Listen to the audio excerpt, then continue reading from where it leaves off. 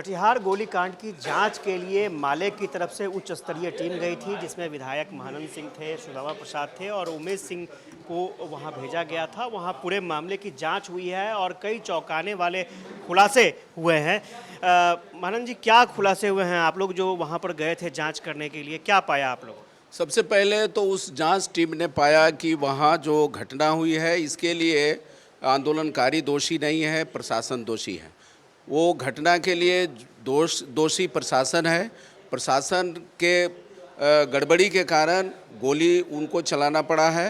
वो जानबूझ करके गोली चलाए हैं, ये हम लोगों ने जांच किया। वहाँ न किसी का मजिस्ट्रेट की बहाली हुई थी, न तो पुलिस का ज़्यादातर बंदोबस्त किया गया था। उनके अनुमान से ज़्यादा संख्या में वहाँ भीड़ जुटी थी। चूँकि 1 महीने से बिजली का जो संकट था और बिजली के संकट को लेकर के लोग परेशान थे और ये आंदोलन घोषित था। पूरे माइकिंग करके, प्रचार करके, वो घोषणा करके, अब बजाबते उनसे परमिशन लेकर के ये आंदोलन का कार्यक्रम किया गया था और पूरे अनुमंडल स्तर का ये कार्यक्रम था।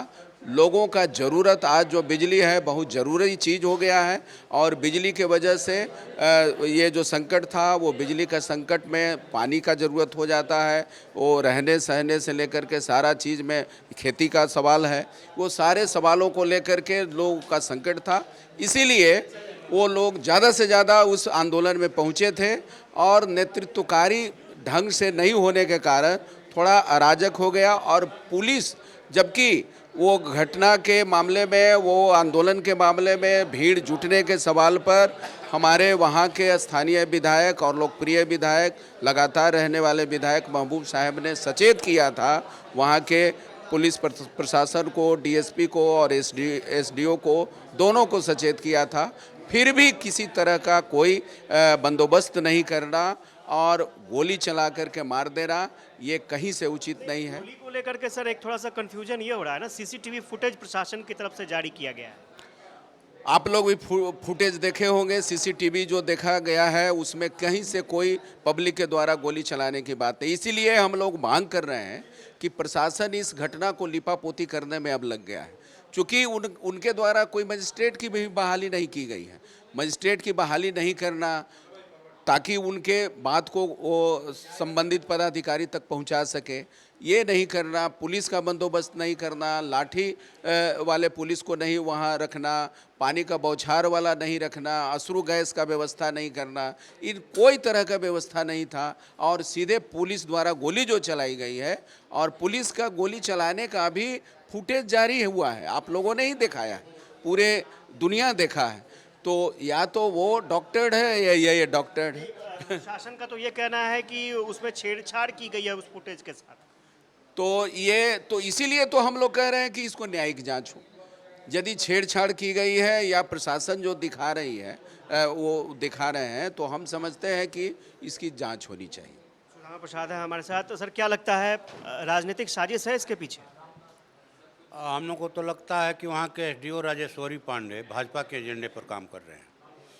क्योंकि लंबे समय से वहाँ बिजली की कटौती थी, लोग परेशान थे।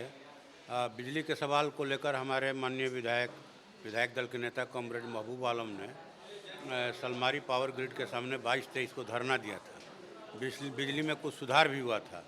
तो ये 26 जुलाई को मुखिया संघ की ओर से धरना का कार्यक्रम था, शांतिपूर्ण। और हमारे स्थानीय विधायक महबूब आलम जी ने डीएसपी को, एसडीओ को सुबह में ही फ़ोन करके कहा था कि आप लोग सुरक्षा का इंतजाम कीजिए, मजिस्ट्रेट की बहाली कीजिए।